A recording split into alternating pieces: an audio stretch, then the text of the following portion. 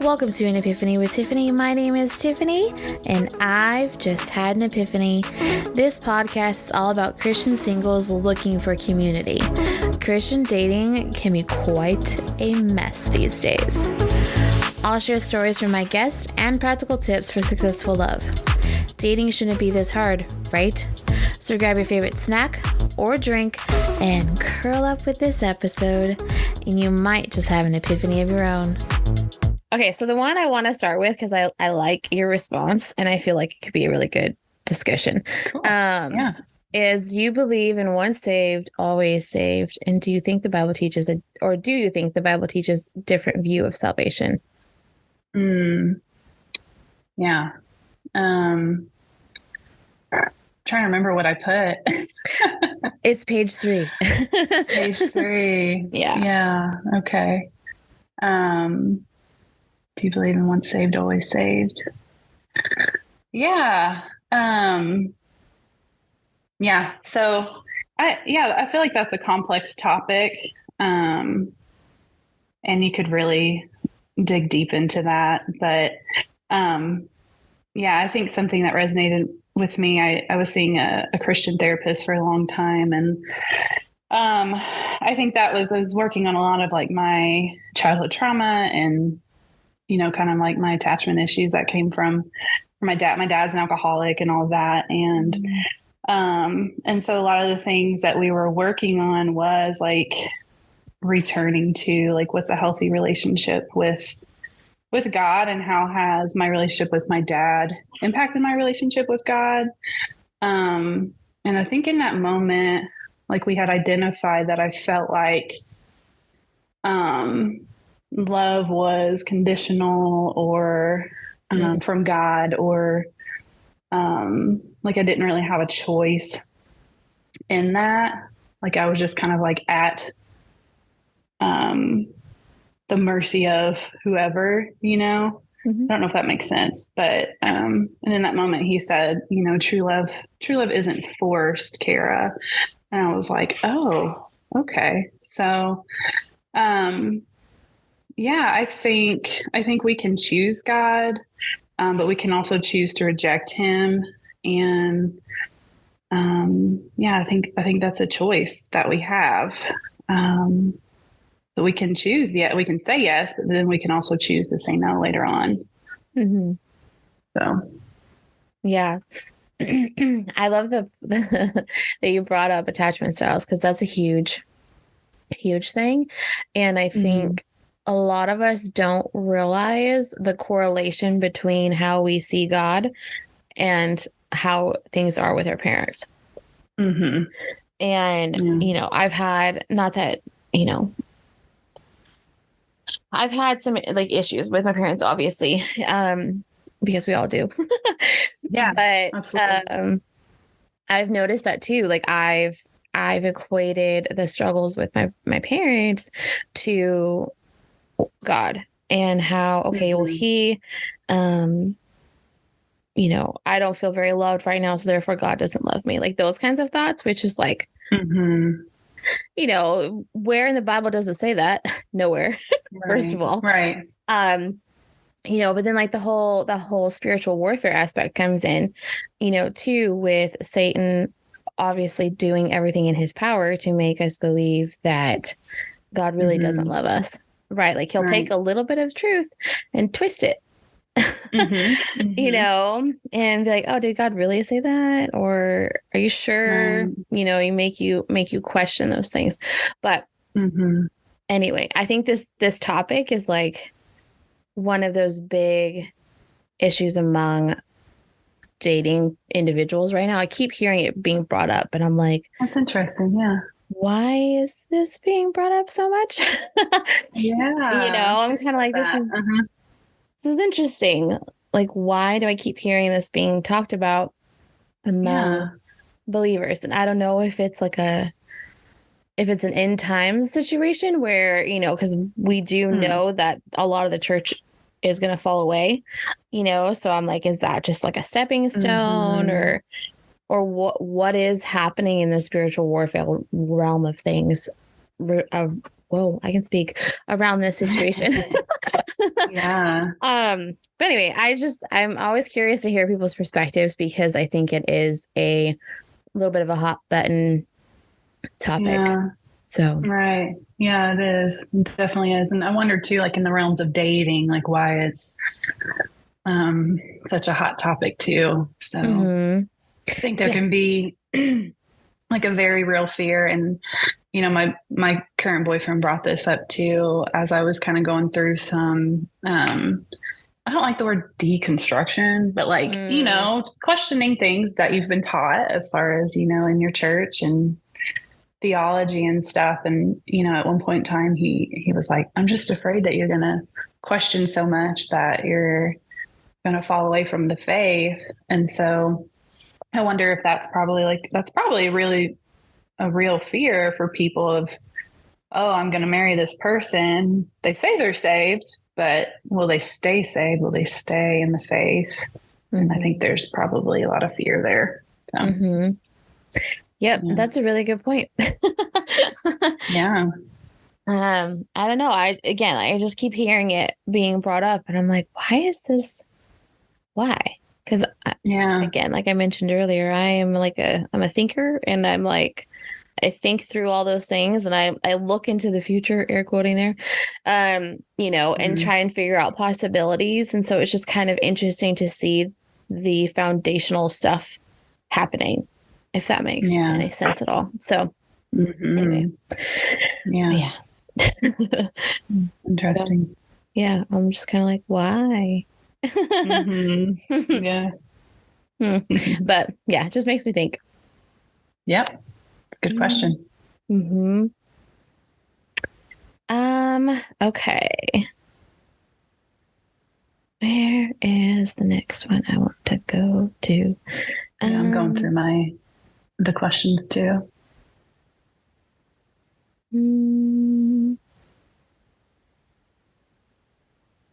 I like the one about the male friend asking for a hug. Yes, let's chat about that. Let's chat about that one. Because I hugged so many guys this last weekend at the Midwest meetup, and it was great. I was like, friend hugs, nice. You know. So anyway, let's chat about that conversation. Okay. All right. Yeah. I love that one. Yeah. I thought that was such a great question because so I was raised Southern Baptist. I don't know if that was even a question in the interview, but yeah, I was raised Southern Baptist. And so it was very much like, from what I perceived, being taught was you don't touch each other. You know, girls don't touch boys, boys don't touch girls. Girls keep your bodies covered. You know, I have memories of like going to summer camp and like having to wear t-shirts over my swimsuit and stuff like that. But it was very much just this kind of unspoken rule that you just don't touch each other. And so I really think that's just, you know, as a therapist, like physical touch, right? It's a love language. If you read The Love Languages by, I think it's Gary Chapman, it's very much a need, and it doesn't have to be like sexual.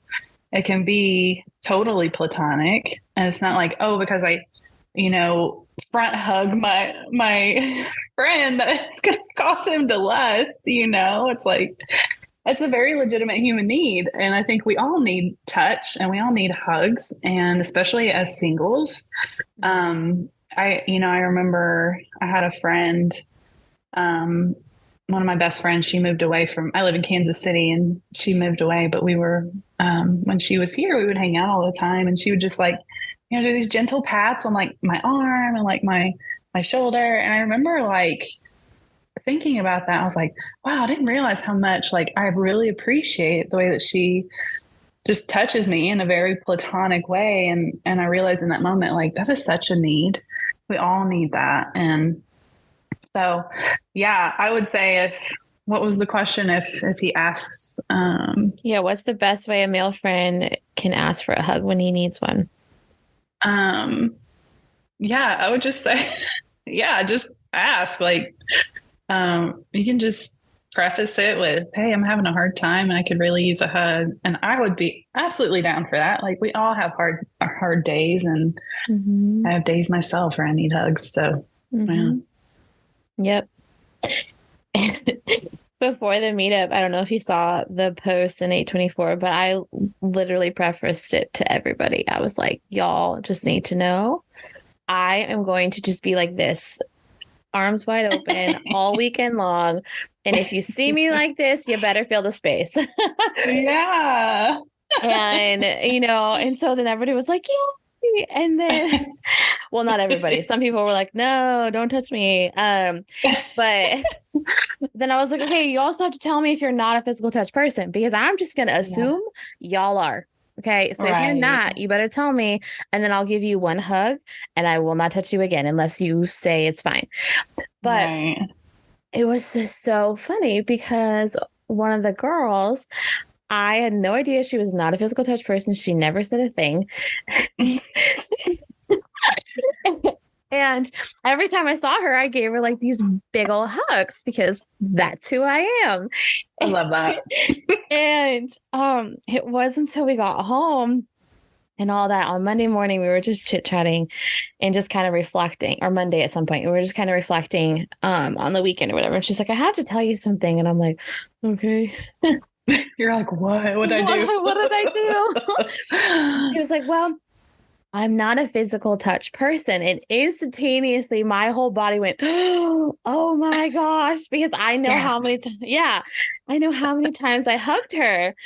And she's like, but don't feel bad. She's like, I just have to let you know, every time you hugged me, it felt like home. Mm-hmm. And I was like, oh, that was so sweet. I'm like, now I'm going to cry. And she's like, you're welcome.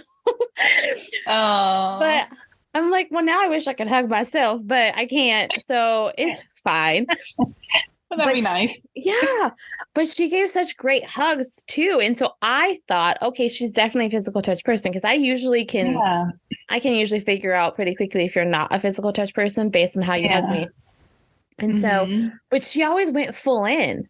And she was like, it's because you felt like home. It felt so great.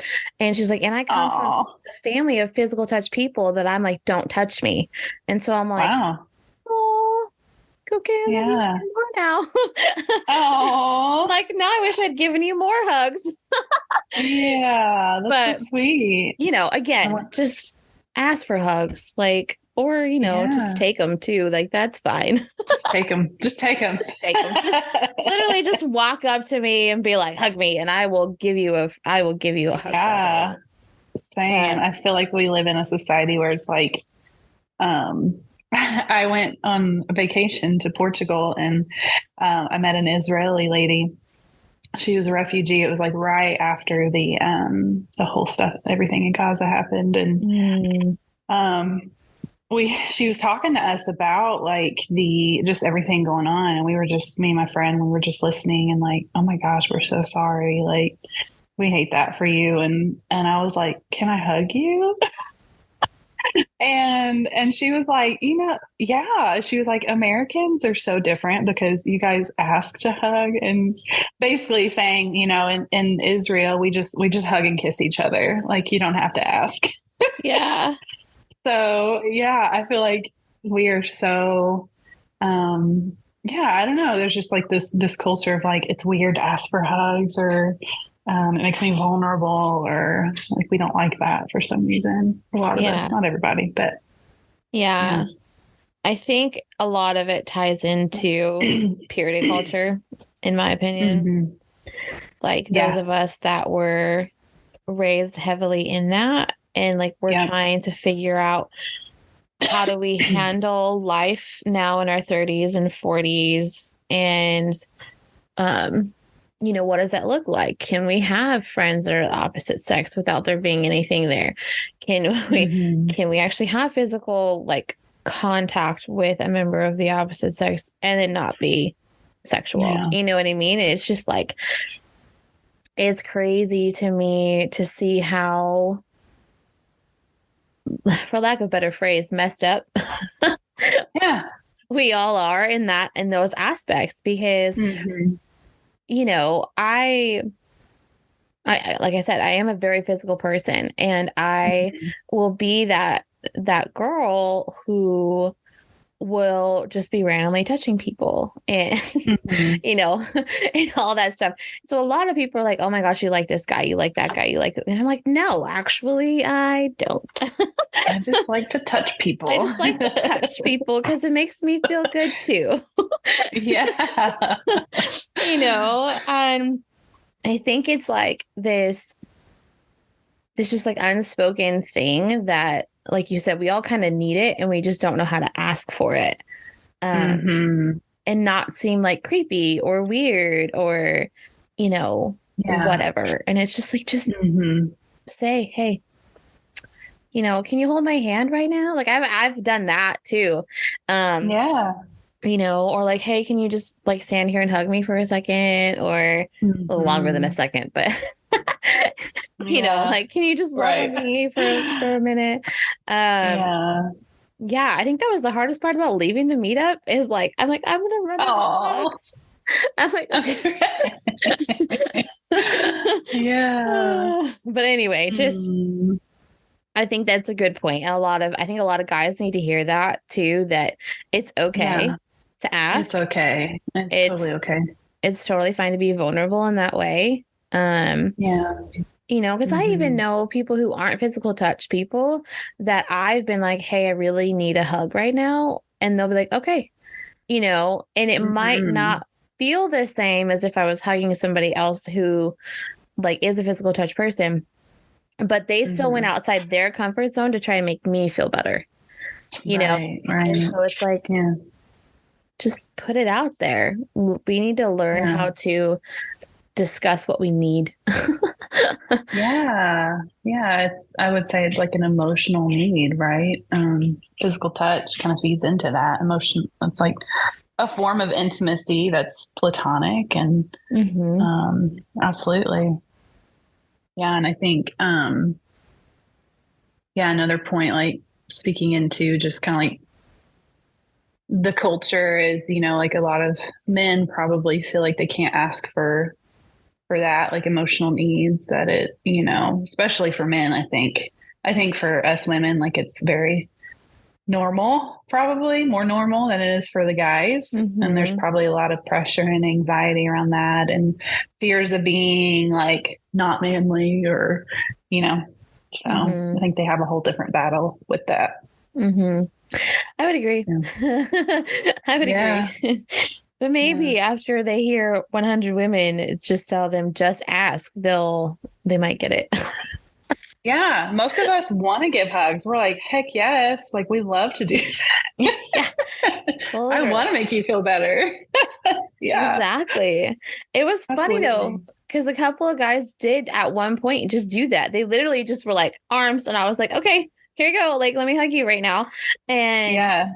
I don't know if it's because I had already prefaced it ahead of time. I was like, literally, if you need a Mhm. hug, just open your arms and I will come running. Yeah. Or what it was. But Yeah. yeah, it was nice to be able to kind of experience being around 70 plus singles, and even those people who are not physical touch people, they Hmm. just kind of let it happen. We all kind Yeah. of just got a lot of like um I want to figure out how to say this.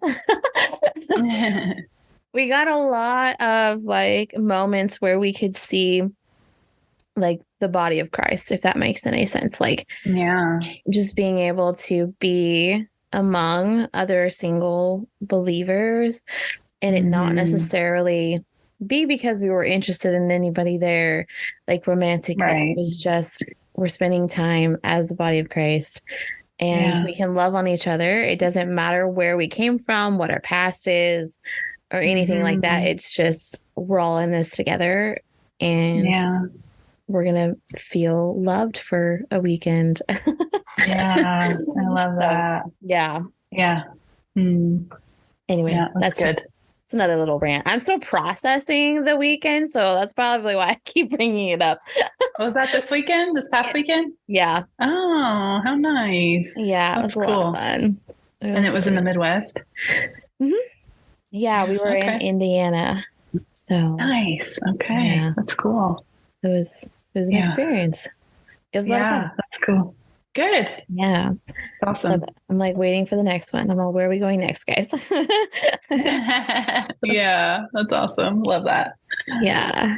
Um, okay, since we kind of already touched on purity culture, um, Yeah. let's kind of segue into that aspect. Like, what Okay. what was that like for you? If you don't mind sharing that. And Yeah. yeah, how do you feel like you're kind of dealing with that post purity culture? Yeah.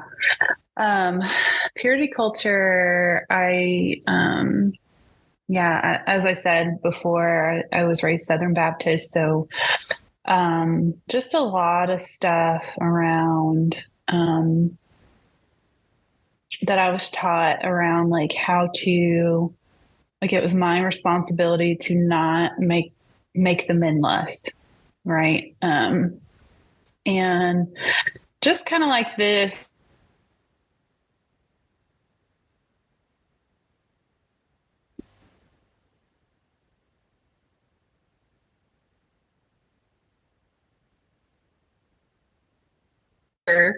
to, get a purity ring. And I had a ring. I got one. I was like, heck yeah.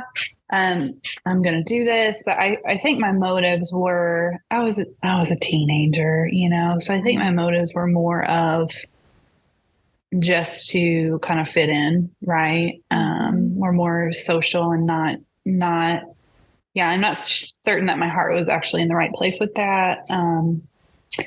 It was just kind of like, well, this is what we're taught, and this is what my youth group is doing, and so I'm just going to kind of go along with it, Mhm. because that's what we were being taught. And so, yeah, I had a purity ring. Um, I think for a long time, couple years probably, and then I eventually stopped wearing it. And not that I became sexually active or anything like that, but it was, I don't know, it was just kind of like this weird phase in my life where it was like, oh, everybody do this, everybody do this. And yeah, you just kind of fall into that peer pressure when everybody else in your church group is doing it. So, um, yeah. And it was just kind of, I think it had good intentions, but I just think it, it could be approached in a better way. Mhm. Like I don't remember ever being taught why, like why purity is good and why, but also the flip side of like teaching me about sex, right? Like nobody had that conversation with me. I remember like an embarrassing class in fifth grade where I was giggling at, like this, we had like these little pamphlets with like body parts and stuff. And we watched videos and, that was from public school system. And so that was my sex education, was this weird class in middle school where we watched these videos. Nobody really understood, and half of us weren't paying attention. And then we had these pamphlets and people would giggle about body parts later. And like, and so, I think the message that I got from church was like, hey, just don't even think about that. We don't talk about that. Sex is taboo. You need to be abstinent instead. And I think the thing that the church misses is, hey, you know what? God created sex, and sex is a beautiful gift, Mhm. that was created for a marriage, and, I think just, I missed all that. I missed all that. And I feel sad for little me, that needed that education. And, and so, the older you get, the harder it gets to, especially when you're not taught how, like, you don't know how to control your sexual desires, and I didn't know what to do with it. And, I eventually got a boyfriend and, lost my virginity and all that stuff, later in life. Mhm.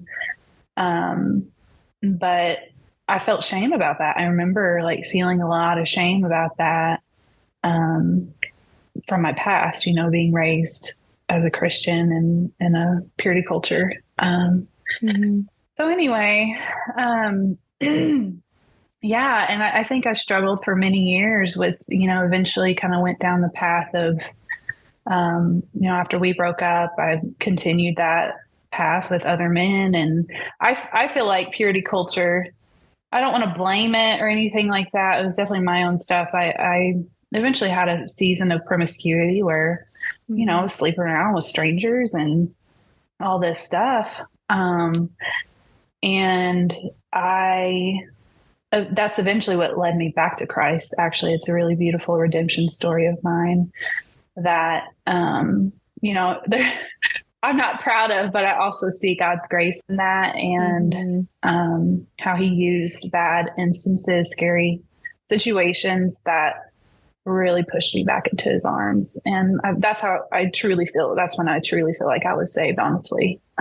But yeah, I just feel like if I would have had proper education on sex, what sex was, like why God created sex, what it like physically, what it does to our bodies and how it bonds us to other people. Like it truly is a beautiful, just, I don't know, phenomenon. It's the word, because it's very like, animals have sex, like we all do it. Like, we all have the capability, but it truly is like, I think for humans, a beautiful emotional component to it, a beautiful emotional bonding experience that is unique to us. And so it's a gift from God. And I truly believe that now. And so, yeah, I think I just needed to hear that then. And so a lot of my journey after, I came back to Christ after my season of promiscuity and all that was like unlearning from purity culture, about, unlearning and shaming myself about my sexuality, and but also learning to give myself grace and compassion towards myself, like my sexuality. Like it's okay to have these things, to experience these things, like, but also about my past and things that I had situations I put myself in, and things that I had done. And so it was a big healing process for me. But, now, and a lot of it was, I will say, like, a lot of it was my own motivation and desire to truly honor God with that. And I will say none of like the church that I went to helped me with that still to this day. Like there's nothing out there. I've been to several, churches here in Kansas City, and they still don't teach on sex and those kinds of things. And so a lot of the stuff that I have learned and the mindset shifts that I have made were on my own and with my, Christian friends. But a lot of it is a lot of stuff that I've had to read on and intentionally pursue. But yeah. And so, I'm in a relationship now, and we are both on the same page as far as, boundaries, and I honor that. And I do believe in purity now, but in a way that is healthy and not shaming. It's like, hey, sex is a beautiful gift from God. It's not a bad thing. These desires are not bad, but it is like, hey, I truly believe now that God created purity and sex for marriage. And I look forward to that day, so I'm able to, I've been in this relationship I was really afraid of like having physical boundaries and stuff. I was like, this is going to be so hard for me, and that I'm going to suck at this, like, because my past had told me that, but I really pursued God in that, and he has given me this strength that I never thought. It's not even hard. It's really not hard now. Yeah. We've been together a year now, so we kind of got past that. I think that initial stage is hard, but when you're committed to that and your why of why I believe in this, and you're not just doing it because everybody else is telling you to do it, and you truly believe in the beautiful gift of sex and what it's for, I think it's easy. So, yeah. Yeah. Thank you for sharing all that. Yeah, absolutely. I was like, oh, this is like, yep. Like, especially the purity ring. I still have mine. You do? Yeah. Oh I'm not gosh, wearing wear it. I'm not wearing it, but I still have it. It's funny because I go through these stages of like, of still feeling like, oh my gosh, you have to wear this, or when you're not wearing it, you feel guilty. And it's just so, it's such a mind screw, Yeah. because like ever since I turned, I want to say 21, like I've had people go, oh, you're engaged. No, I am not. And so that became, in all honesty, I'm going to get a little vulnerable here, but in all honesty, became a huge area of contention with me and God. Really? Yeah. Yeah, because each year that went by that I wasn't married, it was like, oh, here I am, but people are assuming like I'm married because I have this ring and, and all this stuff. So then I had this whole battle of like, okay, well, is this why guys aren't interested in me? Because they see the ring and they just assume instead of asking, And so it's been this constant back and forth battle with myself of like, you have this ring, you've remained pure this whole time, like, and all this stuff. But, is it still something that they need to like, outwardly show, or is it something that I can just talk about, you know what I mean? Like with the guy that I'm dating.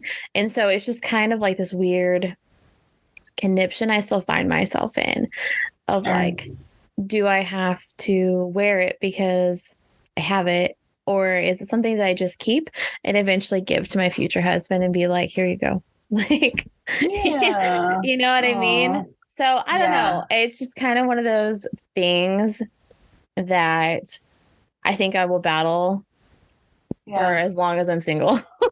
Because of the purity culture and all of that, like, yeah, again, going back to physical touch, being all of a sudden being told I cannot like physically come in contact with all of my guy friends was like devastating for me. Yeah.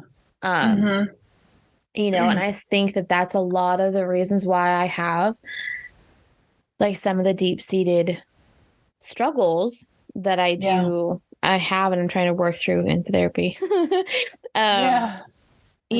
like, I love it. It's so great. But I see those things like still kind of sneaking up. And again, I don't think purity culture in and of itself was wrong. I think it was handled incorrectly. Yeah. And, I think we could have our parents, I guess, in the church culture of that time could have handled things way differently. And maybe just maybe you wouldn't have so many singles 30s and 40s going, we don't know what to do. Because we're still awkward. Like we still don't know how to. Yeah, it's like sex word, but what are we talking about right now? Like, well, and that's the thing too, is like I find it funny because again, I've had a lot of guy friends, so I hear a lot of those jokes all the time. And some people are like, and there are some times where I'm like, okay, that was a little too far, but I will tell them, hey, that was a little too far, right? Like, I still am a lady. Right. But then at the same time, like I'm the girl that will laugh at almost any that's what she said joke. Yes. Same. And then there's always those couple people that are like so offended that I laughed, and I'm like, I know. It's like, can we seriously? Like, is it really that wrong to talk about? Like, okay, yes, there are things we should not talk about in mixed company. There are things you should not talk to your guy friends about, and vice versa, as far as that topic is concerned.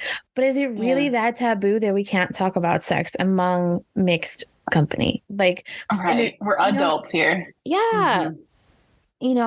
Especially if the mixed company includes divorced people, or people who, didn't wait. Like, that's just, why is it so weird to talk about? And if you're uncomfortable with it, okay, say you're uncomfortable with it and then, remove yourself from the conversation, but you don't have to make it like a big shame thing or, make it weird. Mm-hmm. Anyway. That's a whole Very rant. True. I really thought about, like, when you said divorced folks, like, they're probably really struggling with staying celibate. Mm-hmm. So that's a good thought too. Mm-hmm. To just kind of like read the room and be aware that, if comments are being made by specific people, it's probably because they're like, either struggling in that moment or it's something that has been a struggle. And so they're kind of just trying to make light of it, Mm-hmm. and make a joke. And I'm like, we can all laugh and then let it go. It doesn't have to be weird. Or whatever. But, again, everybody has different comfort levels as far as that topic is concerned, I guess. But I just don't think it should be taboo. I agree. And I think you're right. And like, having good boundaries around like how far we go. But I mean, it's a thing and we're all made to do that thing. So we can't ignore it. Yes, we can't ignore it. But again, I think that points back to like the awkwardness of all of us that grew up in that culture because we don't know how to handle it. And I still feel like that could have been taught better, even like as we entered our 20s, like it could have been like, oh, okay, cool. For those of us who didn't get married at 21, like how can we now take all these things that have been shoved down our throats for the last few years and transition this into an adult life, because we're still single, we're not married, like we don't even have a boyfriend or a girlfriend or whatever. Like, how do we start to handle that then? And it was the same thing though. Like it was so ingrained. I feel like for most of us. But it shouldn't be that way. Very true. And it's, it's like, what do we do with this thing? And it made me think of, me and my, so I'm 34 and I've been single for probably 6 or 7 years before I met my current boyfriend. And in the early stages, like that was something that so he came from purity culture and I did too. And so, he was raised Catholic. So I think they had purity culture, but that was a conversation that we had to have. Like it was, I was like, are you attracted to me? Like physically, are we like good? Like we had to have that conversation because I was feeling insecure because I couldn't tell if he was like attracted to me. And he's a virgin and I'm not. And so, I was like, and he was raised in that environment too of like, oh, I can't like show that I'm attracted. And so he had this fear of like, it's disrespectful to, say, comment on like, hey, I'm attracted to you, or you look beautiful, or you're hot, or what, So he had his own things of like feeling like fearful that it was disrespectful. And I was struggling with like, hey, are you like attracted to me? Because and it was also new for me because, I hadn't dated a Christian man that didn't think about this. Like that wasn't his priority. Right. He was looking at matters of the heart and my relationship with God. So anyway, it's hard. Mm-hmm. It's very hard. And like you bring up a great point. You guys communicated. What? Communication. Yes. I will rant on communication all day, every day.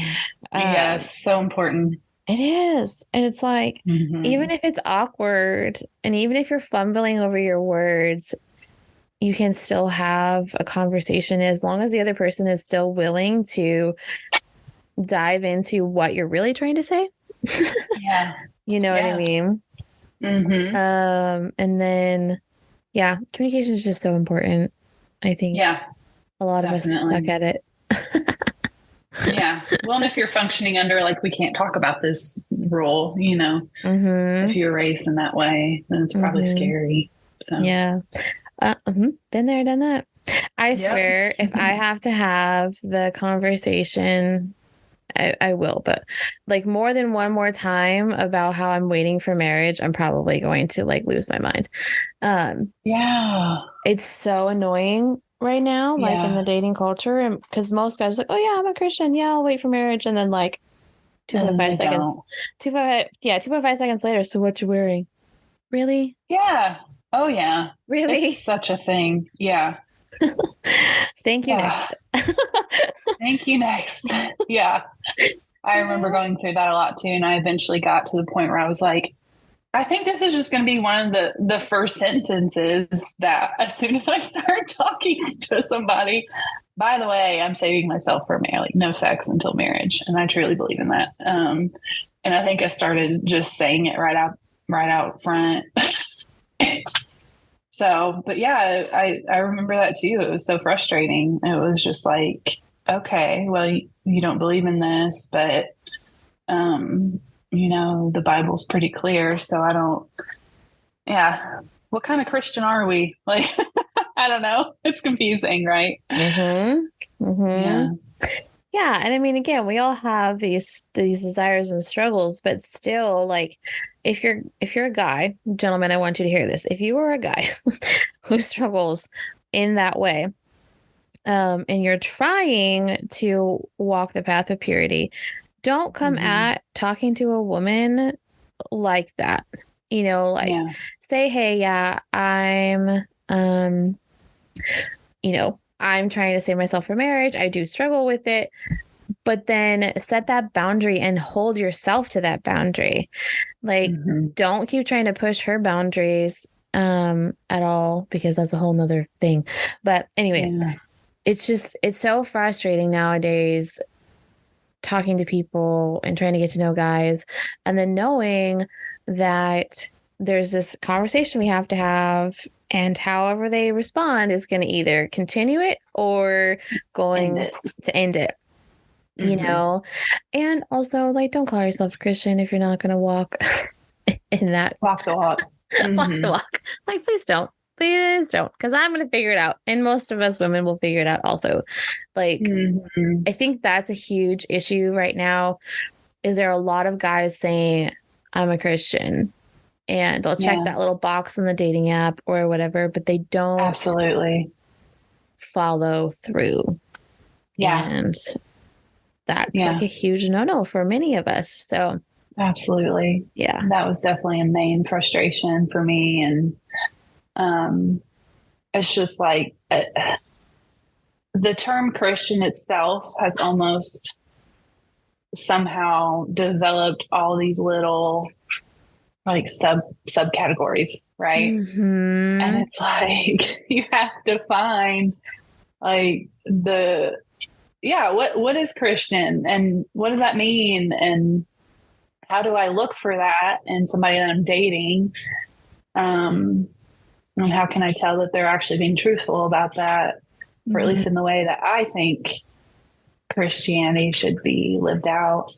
And so Christian itself means Christ follower, right? So it's not just a belief system. It is like living like Christ and following his ways. And that does take like, you know, living your life in a way that honors God. And so yep. Amen to that. It's hard to find that. Yes. Yes, it is. I feel like in America too, Christian is such like a lot of people claim that they're Christian and don't actually don't live the way, you know? And then when the whole other topic, but politically it's something else, but yeah. Ooh, And then you get politics involved, and that's a whole other the whole thing. It's the like whole thing. Christian has somehow become like, oh, if you're Christian, you're Republican, right? Yeah. Yep. And I'm like, I feel like we're somewhere all in the middle, to be honest. But yeah. But anyway, yeah, it's a whole thing. It's just kind of, yep. Yeah. There's a lot that is wrapped up in that too. And it's funny, I've been kind of feeling like not all of it, but it's some of what I'm like prefacing as non-negotiables. Is it like too strict, or is it not strict enough? And like figuring out what that looks like. Because that's a whole nother thing, because I'm a firm believer that we get wrapped up in what we think we need. And then God's like, haha, no, this is what you actually need. And that's going to look different than what we think. Cue what I told you before we started recording about my job. Like I thought I was walking one path and he said, nope.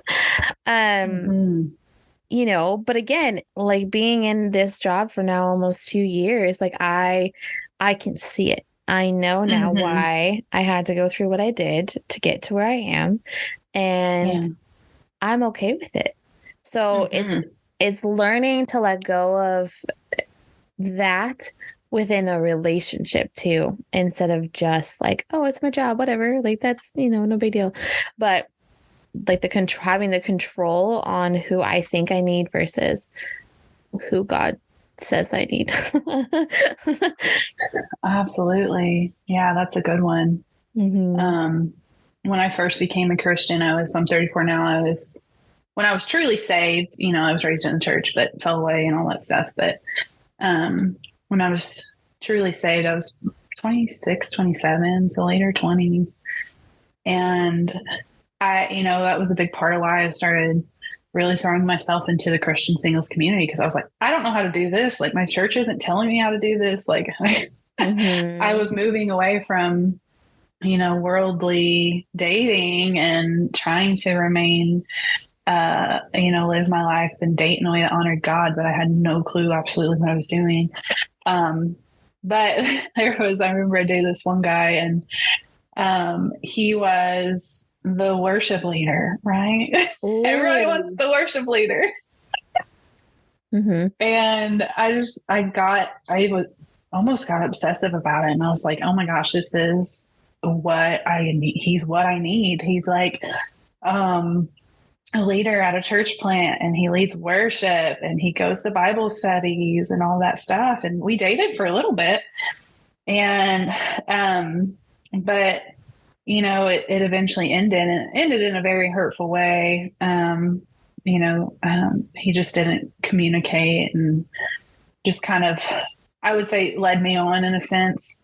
And so I hurt pretty bad with that. But, it was God saying, like, I had in my mind all these things of like, oh, well, he checks all these boxes, right? Like he's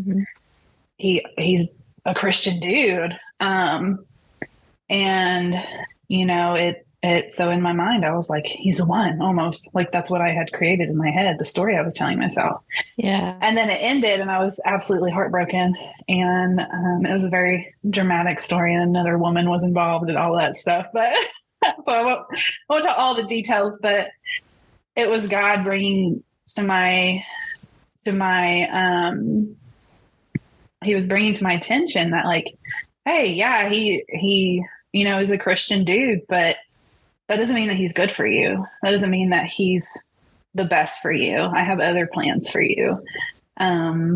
Also, you're idolizing this man, so stop doing that. Because I totally was. Yeah. And that was, that's from my, my daddy issues growing up. But yeah, I went to therapy for that later and did a lot of healing work.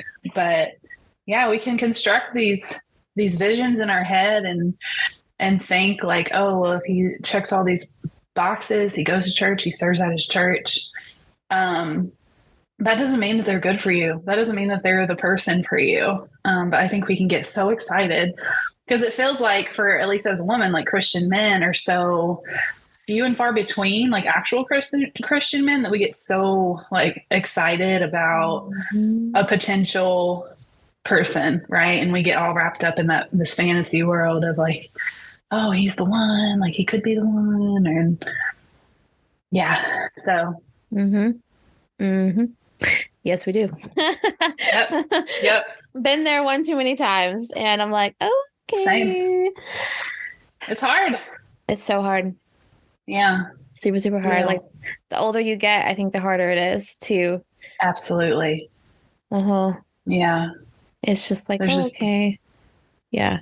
There's a strong temptation to almost settle, right? Yeah. What's not God's best for you. Yep. And I really struggled with letting that go too. I struggled for a good solid year letting it go. And like the Lord really had to come to me in a lot of ways to say like, hey, you gotta let this go. And it was like, you know, when I would be reading his word and prayer and dreams and all this stuff, but I was totally ignoring him. I was like, no, God, like he meets all my things. He's a musician. Like, I love music. What? But I eventually let it go, and it ended God had to end it in a very painful way for me. But yeah, it's hard. It's so hard. Yep, it is. It's just like, I find myself, you know, going, okay, what about this guy? What about that guy? What about this guy? And then I'm like, why? Just why? Like, why are you doing this to yourself?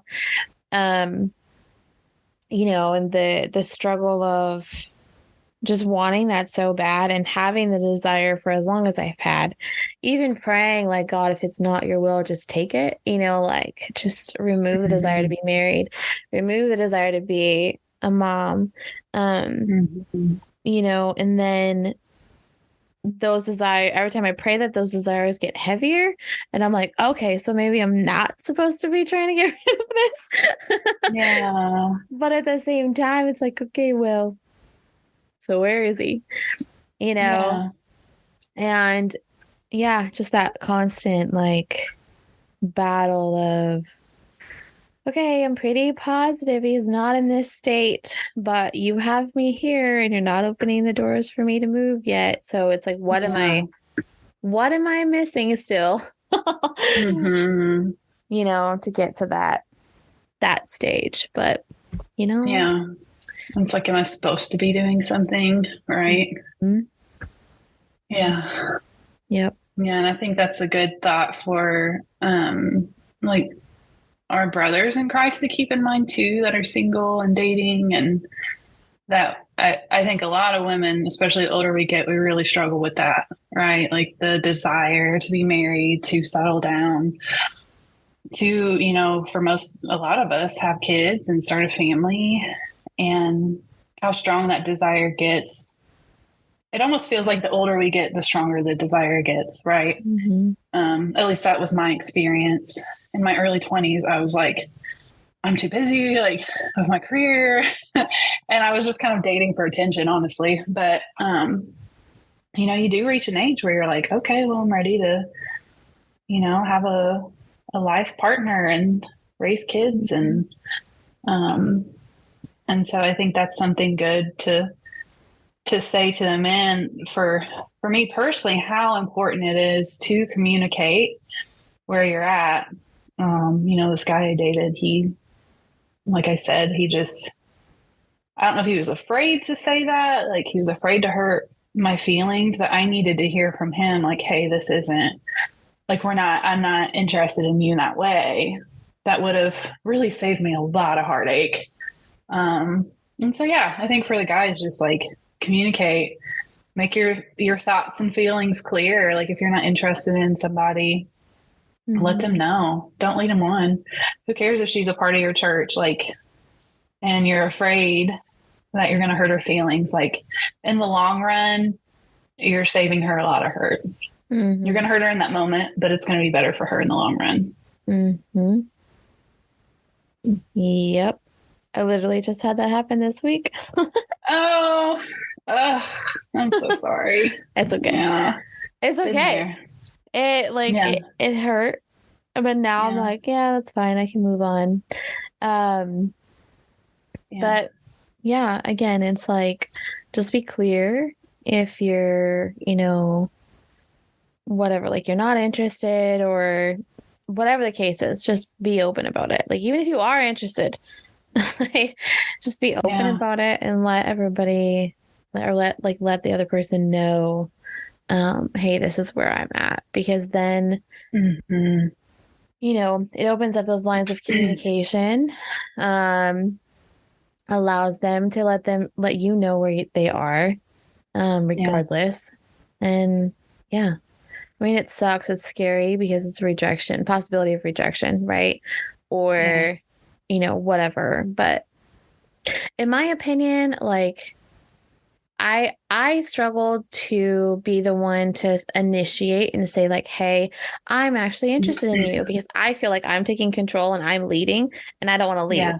Right. But then I was reminded this, I was reminded this week, if you're asking for clarity, it's not necessarily leading. And I'm like, right. Okay. So I did it.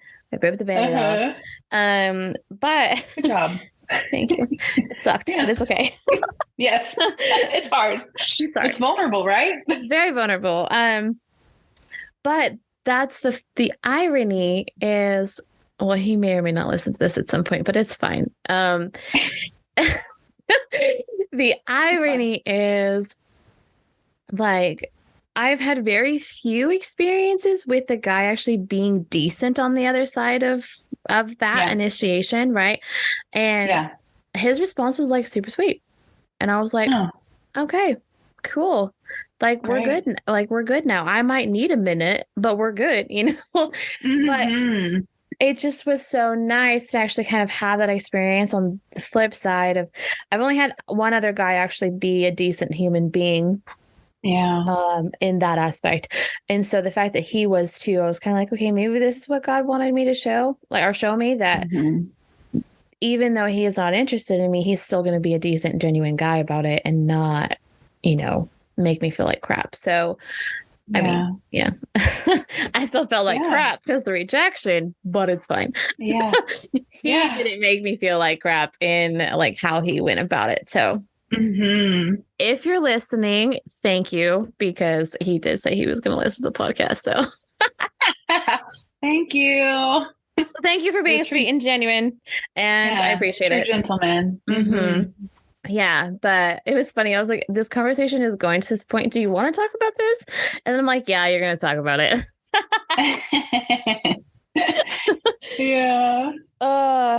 But anyway, just it's growth, right? And I don't. And go ahead. Yeah, I was just gonna say, we're all out here like fearing rejection, right? It's risky for all of us to put ourselves out there. And so, like, if you're out there thinking like, oh my gosh, I can't do this. It's so scary. It's hard. Yeah, it's hard for all of us. And it's also what's best for us too, right? Being able to communicate. We're all afraid of it. Every single one of us is. Nobody likes rejection. No, it sucks. It's loving. Yeah. It's loving. Especially if it's done in a sweet way. Because like I said, I've been rejected a few times and it was not the greatest, but I think that's a tip for the guys too. Like, if you are going to reject somebody, like, take a second to figure out how you're going to say it. Absolutely. Like, even if you have to leave her on red for a minute and process through like what you want to say or, whatever, just think through those options beforehand. I know the What Men Think like series. I don't know if you've listened to that one, but that kept getting brought up by the guys, like, oh, process through how you're going to reject us or whatever. And I think it needs to be said on the flip side, though. because Yeah, we're all really crappy at it. So we all really need we are. to figure out the Hmm. ways to reject in a loving Christ-like way instead of Yeah. just being like, oh, I'm not interested in you because, whatever. Like, Yeah. yeah. Yeah. There's a lot of hurt being done out there in the dating world, right? And um, I myself have been hurt, right? Like by people doing it in a hurtful way, like ghosting, right? That's such a big thing right now. And Mhm. I've ghosted. Like I'm not innocent. That was part of my own like growth and maturity as like, hey, I am representing Christ, and I have to learn how to stop being afraid of telling my feelings and facing conflict, and start Mhm. being okay with that because it's loving. But yeah, it is. I think important for all of us to learn how to communicate and in a nice way, and you can reject people in a kind way. It doesn't have to be mean. Mhm. You don't have to call names or even tell them why. You don't even have to say like, hey, I'm just not, you know, you don't have to say like, I think you're ugly, or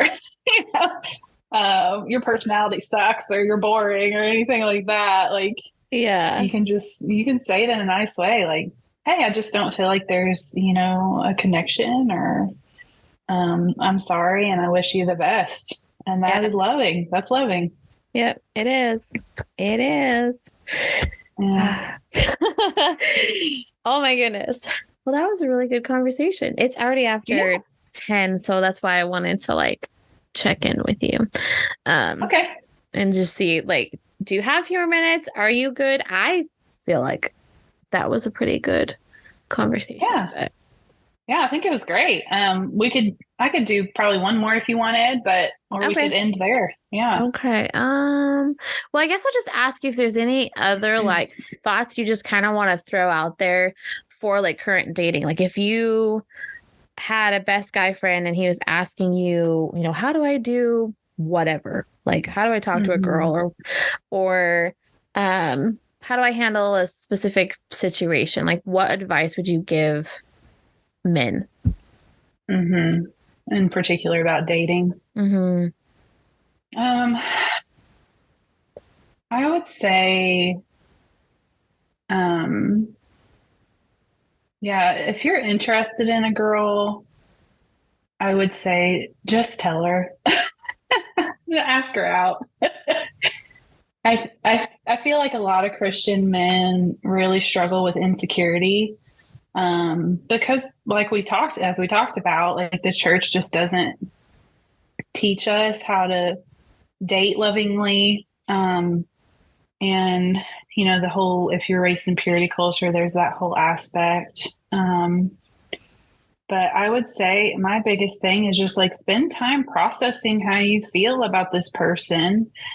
And whether that's with your guy friends, like it's okay to talk about feelings. It's very good to talk about feelings. But figure out what you're feeling about this person and talk it out with your guy friends, talk it out with your pastor, go to therapy. I think that's my biggest advice, honestly, is like go to therapy, people. Like it's not I feel like, I'm on these Christian single Facebook groups, and people post so many things for like looking for advice on. And I swear 95% of the time I'm just like, find a therapist, find a therapist. I feel like a troll. Like I'm just like, find a therapist. But for real, like find a therapist, because dating is hard, and it's not, it's a hard season of life. It's not easy, especially as a Christian, when we're taught, that the ideal Christian life is marriage and kids. And, if you grew up in a church like that, and we have all the purity culture stuff involved, it's hard. It is hard. And so it's okay to talk with people about your fears. It's okay to consult with your brothers in Christ on whether this person is, this woman might be good for you or not. Those are Mm-hmm. good things. Those are wonderful things. And it's very attractive, from a woman's side, to see a man that is vulnerable with his community, that's vulnerable with a therapist. It's so hot. So I would say that's my advice is, yeah, ask for help in this process and be vulnerable. That's good. Mm-hmm. Amen. I triple that. No, I'm just double it. I triple that. I wholeheartedly agree. Just do all those things that she said. Oh my God. No pressure. Yeah, no pressure. Not at all, but do those things. Yeah. Hey, thanks for listening. I hope you've enjoyed the stories and the perspectives that were shared in this episode. Please share it with a friend whose dating life might need some help. Wink, wink. If you want to connect with me on social media, you can find me on Instagram, TikTok, and Twitter at An Epiph with Tiff. I really hope to see you there. There are multiple ways that you can support my show. You can pray for me, rate, review, and share any episode that you love. Or you can even financially contribute by going to patreon.com/An Epiphany with Tiffany. Until next time, I'm Tiffany, and I hope you just had an epiphany.